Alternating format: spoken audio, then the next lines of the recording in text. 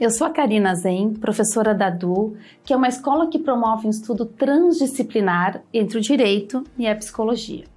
No vídeo de hoje, estou recebendo um convidado muito especial, um amigo muito querido, que é o Matheus Cigaran, que possui uma bagagem profissional que está em total sintonia com a proposta da DU. Aos poucos, vou trazendo aqui para vocês o depoimento de profissionais que já estejam trabalhando e estudando dentro dessa proposta de unir o direito e a psicologia para demonstrar que existem maneiras de uma atuação em conjunto das áreas que não é psicologia jurídica. Assista agora o Matheus Cigaran. Bom, então, meu nome é Matheus Cigaran, eu tenho 24 anos, sou graduando em Psicologia e Direito na PUC-RS, trabalhei já na vara da violência doméstica por um tempo, tive uma pequena experiência lá, trabalhei também na Defensoria Pública, fazendo atendimento a famílias, né, nos seus diversos casos, diversos conflitos. Trabalhei também um pouquinho no Centro de Mediação da Defensoria Pública.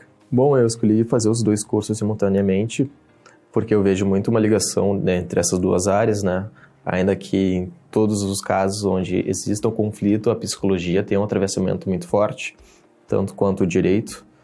Então eu vejo muito isso dentro das minhas práticas e minhas experiências, tanto do direito quanto da psicologia, no atendimento às famílias e individual também, né? E eu vejo que quando a gente compreende o ser humano em toda essa complexidade, em todo o seu conteúdo, quanto membro de um sistema, né, como membro de um sistema dentro de um sistema maior, como também dentro dos seus subsistemas, a gente consegue ter uma compreensão maior dentro das possibilidades e realidades, né, que exista um conflito, que a gente possa trabalhar lidando com as emoções, né, lidando com os seus sentimentos, lidando um pouquinho como é que a gente pode fazer uma forma que a gente consiga trabalhar uma forma pacífica de ser resolvido esse conflito, nessa resolução desse conflito, não operando muito da forma agressiva que a gente muitas vezes é ensinado a pensar dentro do nosso campo do direito, né? Então a gente consegue ter um pouquinho de uma flexibilidade maior e ajudar essa pessoa, né, de uma forma mais humana, né, uma forma mais pacífica, tentando entender um pouquinho também como é que a gente pode operar também, trabalhando com algumas vantagens que as pessoas possam ter, né, dentro do seu campo do direito. Por isso é um link muito importante, né, tu ter essa ciência, essa compreensão do direito quando a gente vai trabalhar também dentro do sistema da psicologia, dentro do campo da psicologia. Então acho que essas duas áreas se complementam muito, né, e tem muito a agregar.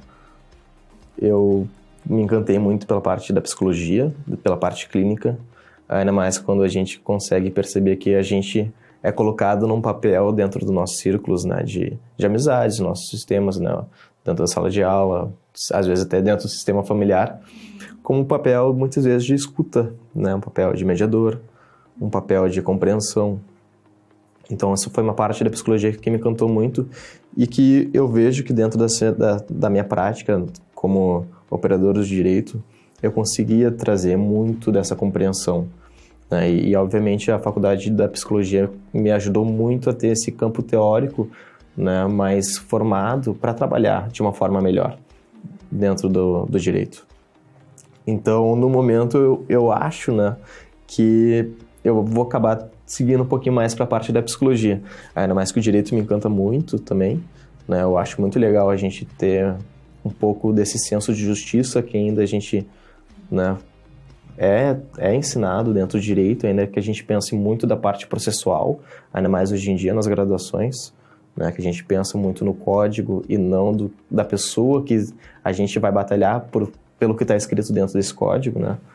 Eu acho muito interessante a psicologia como um campo de trabalho mais atuante e pacificador dentro dos conflitos.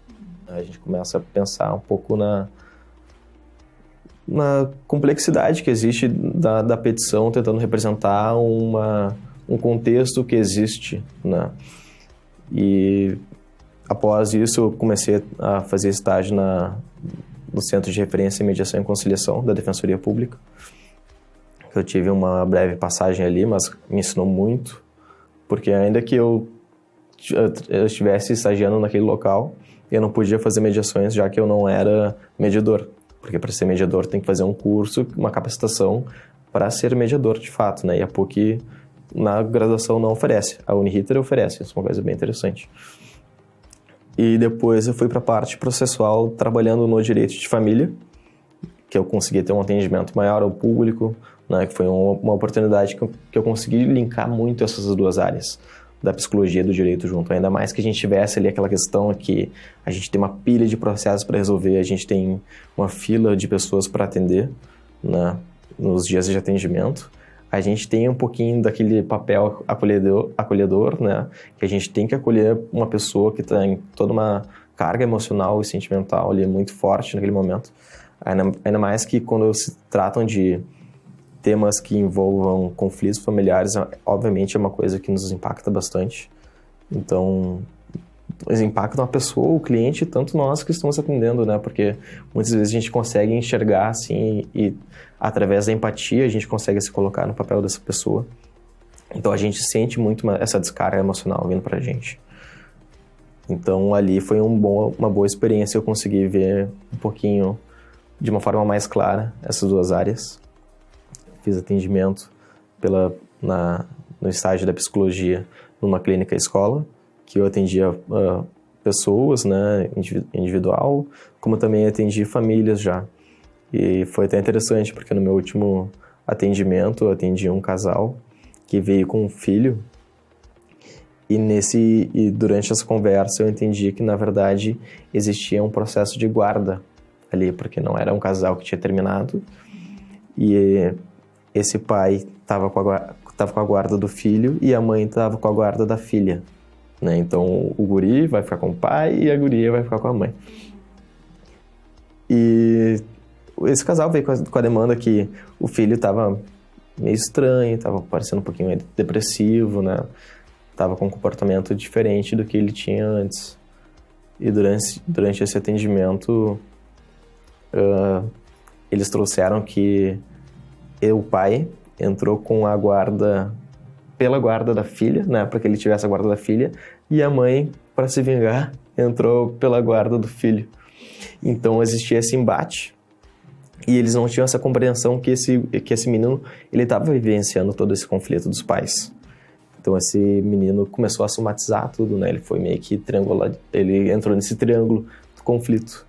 E era ele o paciente identificado, mas que, na verdade, ele era o paciente mais saudável daquele sistema.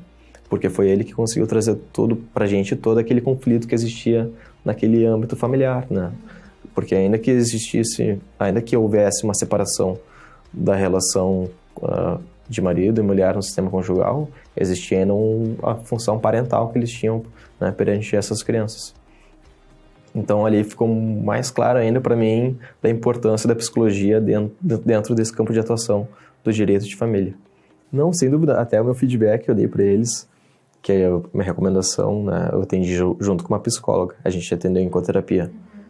Eu falei para eles procurarem a mediação, né, porque ainda que existisse uma comunicação ali, eu achei que através da comunicação deles eles conseguissem chegar num acordo, né, porque muitas vezes vem casos pra gente que as pessoas não sabem o que é mediação, né? E ainda que já ouvissem falar sobre a mediação, elas não têm uma procura, porque muitas vezes, procuram um advogado, mas o advogado não recomenda, ou recomenda, mas não traz. Olha, eu acho que realmente é um caso para mediação, que é um caso que vocês dois vão conseguir sair com uma solução muito melhor na mediação, né? Até depois eles foram atendidos por dois professores que trabalham com terapia familiar dentro dessa clínica escola, e até lá, então lá ainda hoje em dia, assim, tipo, me falaram que foram muito bem atendidos e que conseguiram fazer uma compreensão muito maior desse sistema e trabalhar de uma forma muito mais pacífica. Então isso eu achei que eu até fiquei um pouquinho orgulhoso, assim, por saber que esse feedback eu dei para eles conseguiu ter uma solução muito mais pacífica para essa família. Então, achei uma coisa bem interessante ver como é importante o papel do psicólogo dentro desses conflitos familiares, ainda que tenha uma questão jurídica por trás, né? Porque quando a gente pensa no direito, a gente, às vezes, acaba esquecendo toda essa questão que acompanha junto durante esse processo. Durante esse caso, eu trabalhava ainda na Defensoria Pública, na parte processual de família. E eu estava fazendo junto esse estágio da psicologia. E era engraçado, porque eu tinha muito contato, né, com as varas de família na época. E esse caso, eles tentaram uma conciliação, mas, imagina, colocaram 2 pessoas, né, que não tinham muita noção do que estava acontecendo, que não tem uma noção processual, para fazer uma conciliação perante um juiz que não sabe lidar essa parte emocional. Então, obviamente, foi uma coisa que foi até frustrante para eles. Eu lembro deles se olharem assim, eu perguntei, como é que foi a conciliação de vocês? E eles se olharam e riram, tipo, foi 0, não teve um manejo, né, que conseguisse trabalhar essa solução, essa resolução do conflito, de fato. Gerou um desrespeito. E quando eu trabalhei um pouquinho com eles essa questão da mediação, que eu expliquei para eles os princípios, como é que funcionava, o benefício, parece que saiu tu via assim um alívio por trás, né? Tu via que, talvez fosse realmente mais fácil trabalhar na mediação, porque existia uma comunicação ali. E existia uma preocupação como pais perante o filho, né? Então isso eu acho que foi uma coisa bem legal de trabalhar. E eu fico muito feliz por dentro desse espaço onde fiz esse estágio, ter profissionais que pudessem atender eles no seu sistema familiar, né? No individual. Então é importante ainda ter um psicólogo que trabalhe com terapia de família e que tenha uma visão sistêmica. Porque dentro do campo do direito é muito importante ter essa visão sistêmica. Até, na verdade, hoje em dia existe o direito sistêmico, né? Ainda que tenha suas controvérsias, às vezes em campos de atuações, assim, né? Que acho que estão crescendo um pouquinho mais, mas é importante a gente ter esse pensamento sistêmico, não um pensamento mecanicista, linear do conflito. A gente compreendeu o todo muito mais como a soma das partes, né? Sigo com o estágio da psicologia, né, no Centro de Atendimento Gratuito lá da PUC, que no momento faço avaliação psicológica, que é uma cadeira obrigatória, né, um estágio obrigatório. Como também sou monitor do treinamento TMS, que é a Terapia dos Movimentos Sistêmicos, que eles fazem uma abordagem muito grande da teoria sistêmica com a teoria cognitiva comportamental, narrativa e de esquemas. E é uma coisa muito interessante, assim, tu aprender esse campo, porque quando tu trabalha com terapia sistêmica, tu vê, é meio que inevitável, eu, no meu caso, que tive essa experiência, me remeter a esses conflitos familiares que eu vi na parte jurídica, né? Então, eu pretendo, no futuro, tentar linkar as duas, ainda mais se der, né, na parte jurídica, mas ter uma continuidade maior na parte clínica. No campo da psicologia. Se você falar assim, que essa teoria foi criada pela família do Eduardo, então... Pode ser? Para finalizar, assim, né? Bom, essa teoria ela foi criada pela minha mãe. Como é que é a teoria? A teoria dos movimentos sistêmicos, ela foi criada pela minha mãe, que é psicóloga clínica, que trabalha com a psicologia sistêmica, né, com viés sistêmico, né, que trabalha muito mais com casais e famílias, ainda que a teoria sistêmica possa ser trabalhada em sessões com individuais, né, com apenas um paciente.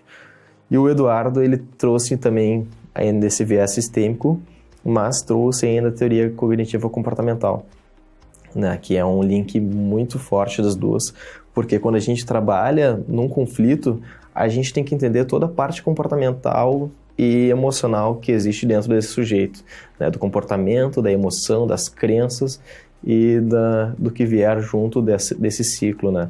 E quando a gente faz um comportamento, a gente vai fazer que a outra pessoa que escutou nosso comportamento, que escutou nossa fala, tenha também uma emoção perante a nossa fala e tenha um comportamento ainda, né? Um comportamento que vai ser responder, né? Que vai ser, não sei, enfim... e quando a gente compreende esse ciclo, a gente pode compreender se esse é um ciclo que se retroalimenta positivamente ou se ele se retroalimenta negativamente.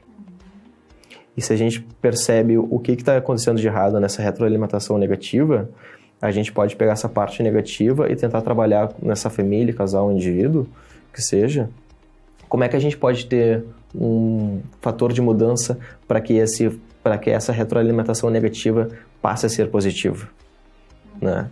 Como é que a gente pode entender esse sistema nos seus diferentes papéis, fronteiras, nos seus subsistemas. Como é que a gente pode trabalhar nesse sistema para que exista uma situação pacífica dentro dessa família, né, que seja. Então, por isso que a teoria sistêmica, ela cada vez mais é muito visada pelos psicólogos, porque a gente começou a compreender que não basta a gente ter uma noção do indivíduo se a gente não compreende o sistema complexo que ele está inserido.